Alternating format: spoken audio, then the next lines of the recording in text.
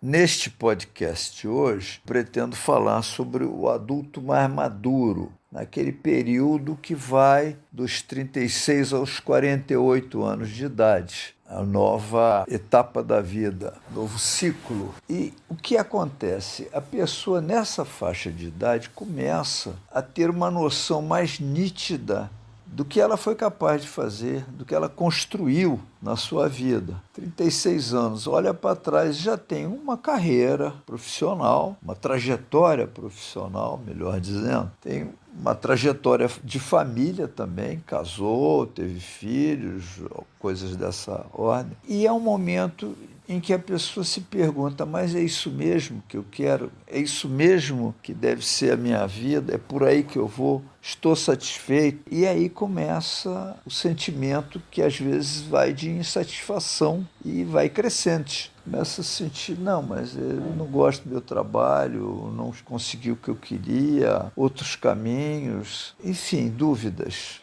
indagações. Olha para o lado da família, a mesma coisa. Estou satisfeito com essa família, casei, tive filhos, estou satisfeito com a vida que eu estou vivendo. É um momento que as pessoas costumam chamar de crise dos 40, que, a meu ver, começa neste ciclo dos 36 aos 48 e que emerge por volta de 40 anos, talvez, durante algum tempo, essas indagações. Eu falo indagações, mas muitas vezes são questões que ficam subconscientes. A pessoa não chega a formular com clareza, é um sentimento vago de insatisfação que aos poucos vai tomando corpo, vai ficando mais nítido. Eu não estou satisfeito com isso, com aquilo, é um desconforto. Enfim, a crise se instala, é um momento de crise, como houve a crise do surgimento da adolescência, a crise do começo da idade adulta, né? E agora é essa crise da maturidade,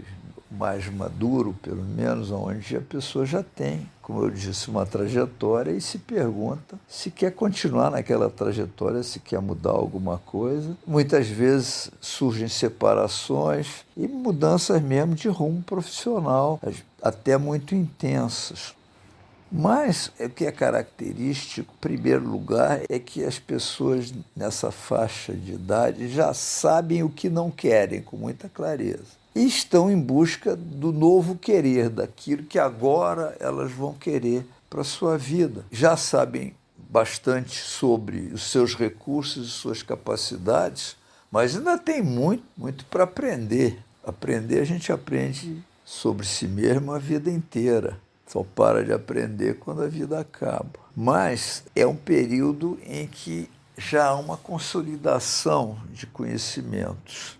Muitas vezes há uma realização profissional, uma realização familiar já bastante satisfatória, e a vida segue sem grandes sobressaltos, apenas numa consolidação daquilo que foi sendo construído desde o começo da idade adulta. E outras vezes vêm todas essas dúvidas, indagações e reformulações que dão uma nova face, uma nova dimensão para a vida da pessoa. E às vezes mesmo um grande recomeço de alguma coisa nova na área da vida amorosa, um novo casamento, ou um questionamento daquele casamento, uma reconstrução de um casamento que já houve, que entra em crise e que a crise é solucionada.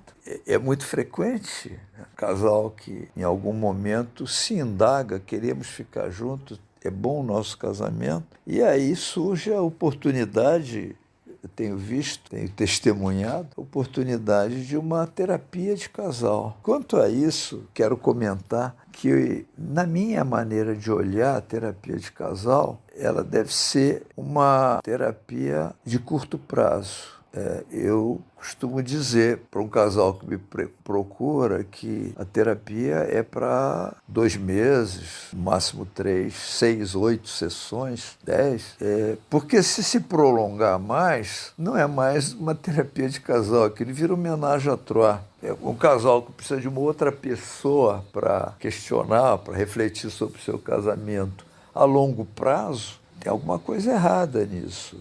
é uma questão para ser entendida e cuja solução deve ser planejada num período curto de tempo, não há por que demorar muito. E a segunda recomendação que eu particularmente sempre faço: nós não estamos aqui para salvar um casamento, estamos aqui para procurar um futuro melhor para duas pessoas.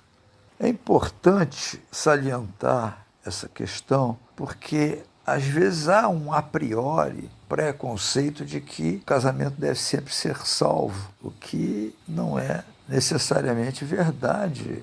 A gente tem que buscar, como eu digo, a felicidade das pessoas. Inclusive, eu já ouvi muitas vezes casais dizerem: estamos juntos por causa dos nossos filhos. E já ouvi também muitos filhos me dizerem: por favor, pelo amor de Deus, ajuda meu pai e minha mãe a se separarem, porque a gente não aguenta mais aquele clima dentro de casa, o astral é horrível, a energia é péssima, eles estão sempre de mau humor um com o outro, se detestando, não sei para que estão juntos. Então, em função dessa percepção, dessas experiências que eu tenho tido, eu questiono mesmo a ideia de que tenha que se salvar um casamento de qualquer maneira, até porque há casamentos que nem existem mais, não tem nada para salvar neles. E o fato é que a repercussão negativa sobre os filhos de uma separação não é necessariamente catastrófica. Como eu falei dos filhos pedindo que os pais se separem, por vezes as crianças ficam melhor. O pai numa casa, a mãe noutra, eles visitando um e outro. O que é importante é que não haja o abandono dos filhos em função da separação. Eu me lembro quando eu era jovem, foi publicado um livro que fez muito sucesso chamado Filhos de Pais Vivos, que tratavam de situações de crianças que os pais tinham se separado e o pai desaparecia da vida da criança. Era um tipo de acontecimento frequente naquela época, porque não havia divórcio. O casamento era supostamente para sempre. Então, quando um casal se separava, havia uma figura jurídica chamada desquite e que não permitia um novo casamento nem nada. Novos casamentos eram fora da lei. Então, tudo isso acabou quando veio a lei do divórcio, que chegou muito tarde no Brasil. O Brasil foi um dos últimos países do mundo a criar uma lei que permitisse o divórcio. Então, havia um limbo naquelas relações em que os pais muitas vezes se afastavam mesmo da família, porque até nem era muito aceito que o pai continuasse a ver os filhos, uma vez que ele os tinha abandonado. Quer dizer, a questão era colocada de uma forma muito melodramática. Era tango argentino, um bolero, né, deprimido, né, depressivo. E o fato é que a vida se modernizou, a nossa cultura evoluiu, e hoje em dia é uma eventualidade razoavelmente bem aceita quando um homem e uma mulher entendem que podem ser mais felizes, cada um vivendo a sua vida, e os filhos sendo bem amparados por ambos. E aí mais um detalhe que eu acho interessante de sublinhar, que é também uma questão da minha experiência. As crianças pequenas quase sempre ficam melhor com a mãe do que com o pai. A mãe tem mais competência para cuidar de crianças, até 12 anos, primeiro ciclo de vida. E é muito frequente que os pais tenham mais capacidade, melhor, possam ajudar seus filhos quando eles começam a adolescência. A mãe ensina a criança a se perceber, a cuidar de si mesma, a se relacionar consigo mesma. Ensina cuidados básicos de educação e rotina básica de vida de uma maneira muito mais adequada para os filhos do que os pais, em geral. E, em geral, também, na adolescência, quando a criança começa a viver mais para o mundo, o pai ajuda melhor a criança a entrar no mundo do que a mãe, com mais valentia, com mais ânimo, com mais disposição, com mais espírito aventureiro. Quer dizer, é o que eu estou falando, obviamente, é uma maneira geral. É claro que tem milhões de casos que não se adequam a essa minha visão. Eu estou falando de uma forma, por assim dizer, estatística. É mais frequente que. Então, eu costumo recomendar, quando é possível eu fazer alguma recomendação, que, em princípio, se pense na possibilidade dos filhos irem morar com o pai quando eles ficam adolescentes, na medida que vão ficando mais velhos. Costuma ser bom, quer dizer, é uma recomendação que eu faço, avaliem essa possibilidade. O fato dos filhos terem ficado com a mãe quando o casal se separou e eles ainda eram crianças, não significa que isso seja para sempre o melhor para as crianças. É uma coisa dinâmica, o crescimento de uma criança. E na adolescência é possível que o pai seja melhor, capaz de ajudar as crianças no seu crescimento. Sempre lembrando que não é ficar com o pai ou ficar com a mãe. Hoje em dia se usa muito guarda compartilhada, mas há uma prevalência, há uma prioridade maior dada à relação com o pai ou à relação com a mãe. A respeito da guarda compartilhada, uma coisa que eu tenho observado, que vale a pena mencionar, é que é muito importante que a criança tenha um endereço, a casa onde ela mora, até mesmo que passe metade do tempo com o pai, metade do tempo com a mãe, mas é importante que a criança sinta que há uma casa que é dela. O ideal é que os dois casas sejam dela, claro, mas uma é o seu endereço. Onde é que você mora? É rua tal, número tal. Isso é importante para a criança, dá um sentimento de integridade, autonomia, de completude. A criança tem o seu endereço, embora possa passar muito tempo com o outro. Em função disso, sempre o que é recomendado quando um casal eventualmente se separa em primeiro lugar, estão nossos filhos. A primeira prioridade, a coisa mais importante é o bem-estar das crianças. E esse bem-estar das crianças tem que ser olhado não pelo ângulo materno ou pelo ângulo paterno, mas por um ângulo mais objetivo, mais isento, menos emocional. O que é bom para o meu filho, o que é bom para essas crianças agora, o que é bom para os nossos filhos, melhor dizendo. Quanto mais pai e mãe conseguirem concordar em relação a como se cuida das crianças, melhor.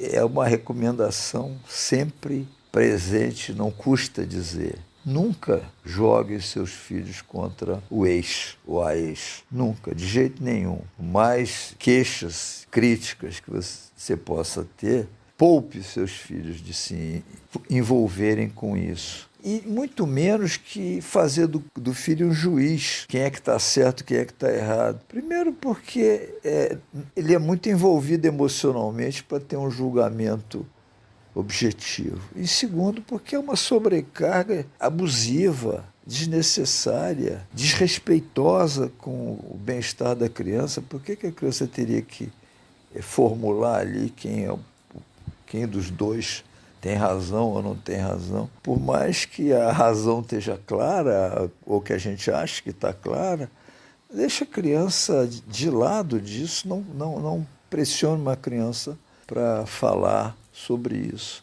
O ideal é que a criança não converse muito com o cônjuge a respeito do outro, ou um ex-cônjuge, melhor dizendo, a respeito do outro. Simplesmente cada um tem a sua vida, tem a sua relação, e não, de preferência, não pautar nada da relação com a criança em função de uma desavença com o ex ou a ex. Sempre que for possível, é melhor assim. O bem-estar da criança em primeiro lugar. Eu acho que eu estou falando muito da questão do casamento, das crianças, da separação, e deixando um pouco de lado a questão do trabalho, da vida profissional do adulto de 36 a 48. Mas a questão profissional é tão cheia de nuances, tão cheia de alternativas, que é difícil dizer alguma coisa que seja proveitosa de uma maneira geral para todos.